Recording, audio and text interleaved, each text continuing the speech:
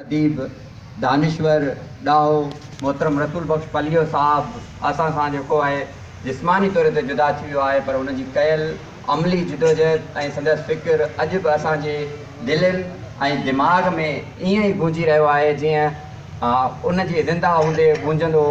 असांजूं जॾहिं हुन सां मुलाक़ातूं थींदियूं त हमेशह रसूल बख्श पली जो में इहा क्वालिटी हूंदी हुई त उहो हमेशह उत्साह ॾींदो ऐं हू कॾहिं बि ईअं महसूसु न कराईंदो त आउं वॾो ॾाहो दानिश्वर आहियां, हाणे तव्हां मूंसां वेही करे कीअं कचहरी कंदो। पर जॾहिं हुन सां मूं जहिड़ो हिकिड़ो अदना माण्हू वञी वेहंदो त उहो ईअं महसूसु कराईंदो त तूं वॾो पढ़ियल लिखियल माण्हू आहीं, तोखां मां सिखां थो।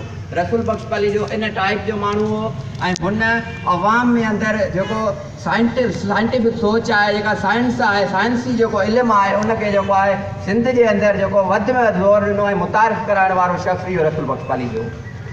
न सिर्फ़ु एतिरो, ही रुगो मार्क्सिस्ट न हो, ही सोशियो नेशनलिस्ट माण्हू हो, ही लेनिनिस्ट माण्हू हो, ही माओइस्ट माण्हू हो। हिन सिर्फ़ु जेको मार्क्सिस्ट जेको नज़रियो हो उनजी प्रचार न कई, पर हिन क़ौमी सवाल ते बि पंहिंजो चिटो मौक़ुफ़ रखियो। इन ई जो इहो सबूत आहे जो जॾहिं कालाबाग डैम जी असांजे मथां ललकार थी त इहो रसूल बख्श पली जो जेको सदाई पंध में हो।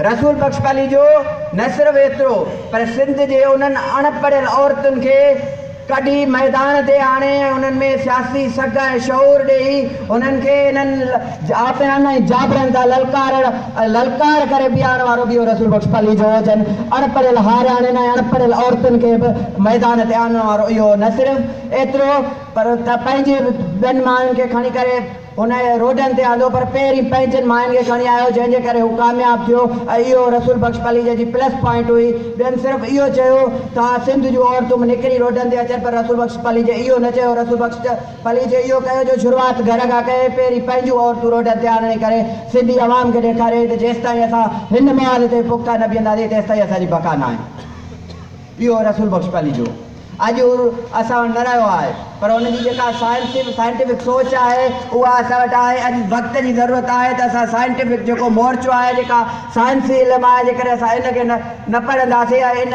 मोर्चे खे क़ाबू न कंदासीं त सुभाणे जी तारीख़ में किथे ईअं न थिए जो किताबनि में पढ़िजे त हुई का सिंधी क़ौम ऐं सिंधी ॿोली बि।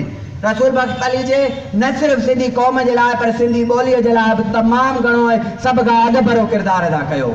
इहो रसूल बख्श पली जो।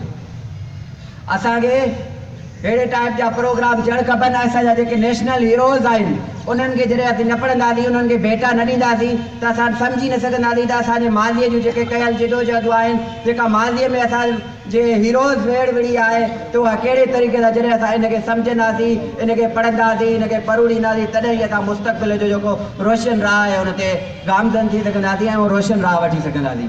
ऐं एतिरा लफ़्ज़ चई पंहिंजी जॻह वठंदा। आख़िर में हिकिड़ो नंढो शाइर सुठो चई पंहिंजी जॻह वठंदुसि।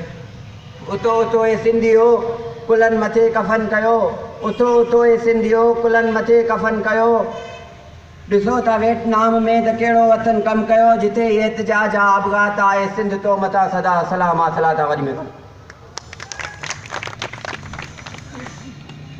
मां शाइर सुणी धरतीअ जो, मां शाइर सुणी